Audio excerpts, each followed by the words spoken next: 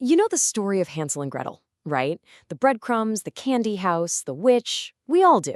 But what if it's way more than just a spooky story for kids?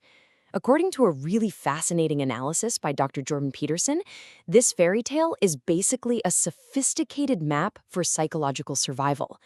It digs into some deep truths about family, betrayal, and the danger of things that just seem way too good to be true. So, that classic opening line, a poor woodcutter, well, that's not just setting the scene. It's actually the first red flag. It's the first hint of a total domestic catastrophe that's about to unfold. See, the danger in this story doesn't start with some monster out in the woods. Nope, it starts right there, at home. And if we start to read this story not as a fantasy, but as a kind of psychological map, the whole journey becomes this harrowing exploration into the nature of evil and ultimately the desperate fight for independence. Okay, so like I said, the trouble doesn't start in the forest. It starts at home. The very first crisis these children face is the complete and utter moral collapse of their own parents. When starvation hits, the father's first thought is, how are we to feed our poor children when we have nothing for ourselves? Did you catch the order there? Himself first, then the children. But you know, the real heart of his failure isn't just the selfishness. It's his weakness. He knows abandoning his own kids is horribly wrong, but he just doesn't have the strength to stand up to his wife's cruel plan. The stepmother, on the other hand, she isn't just weak, she's actively evil. She's the one who comes up with the plan to leave the children in the woods to die. The story even kind of hints that the family's poverty isn't just bad luck. It might actually be a direct result of her own cruelty.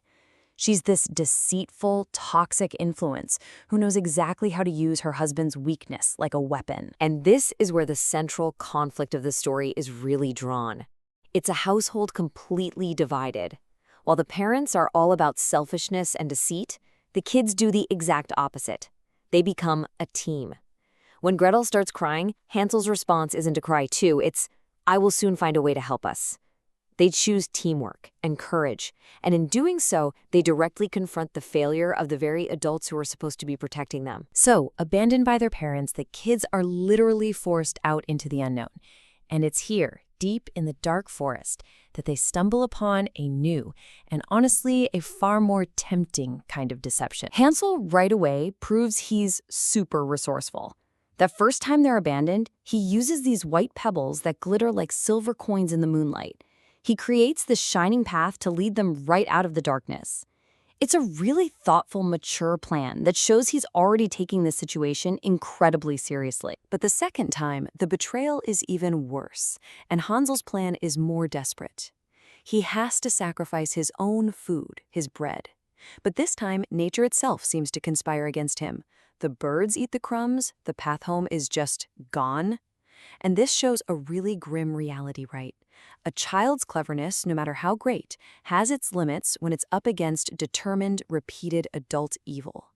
They are now truly and completely lost. And it's at this moment their absolute lowest point. They're starving, they're lost, they're exhausted, that the ultimate temptation shows up. A beautiful bird leads them to a house made of candy.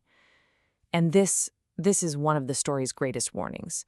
When you are at your most vulnerable, that is precisely when you should be most wary of things that seem too good to be true. The witch's trap is just a masterclass in deception. It works in these clear stages, using what Dr. Peterson calls a patina of benevolence. It's like a thin coating of kindness. First, the beautiful song lures them in. Then the sweet house entices them. And finally, the offer of food and warm beds comforts them. Every single step is another layer of camouflage hiding her monstrous goal, to devour them. It's the perfect example of vice dressing itself up as virtue. And this brings us right to the story's climax, the big confrontation with the witch. And it turns out she represents a really powerful psychological idea. The witch, see, isn't just some random monster. She embodies this archetype called the devouring mother. Now, what does that mean? It represents a kind of pathological overprotection. It's that force that offers so much comfort, so much care, that it completely smothers a child's ability to grow. By doing everything for you, it prevents you from ever becoming independent. It effectively devours your potential. But even locked in a cage, Hansel keeps resisting. He knows he's being fattened up to be eaten, and he refuses to just play along.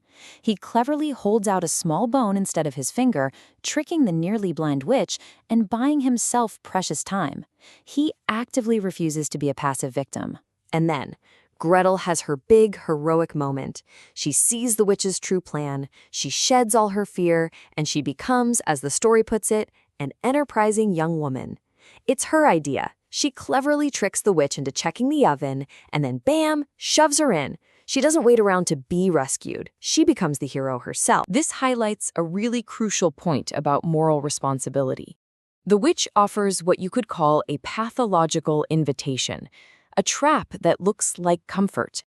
To accept it would be to accept being devoured. But the children refuse the bait. By staying awake to the awful reality of their situation, they reject that easy path, and in the end, they save themselves. So, after defeating the witch, the children don't just run away. They do something that signals this profound transformation has taken place. I mean, their first impulse could have been to just get out of there as fast as possible, but they don't. Instead, they show incredible courage and, get this, curiosity. They walk back into the witch's house. And in that one moment, they stop being victims running from terror. They become explorers, turning around to face the very source of their fear. And inside, they find chests overflowing with pearls and jewels. Hansel's reaction says it all. These are far better than pebbles. That one line just shows the whole transformation, doesn't it? The pebbles were a clever little trick for temporary survival, but the jewels, that's the real treasure. It's a symbol of the mature, hard-won independence they have now truly earned. Their whole journey was nothing less than an initiation.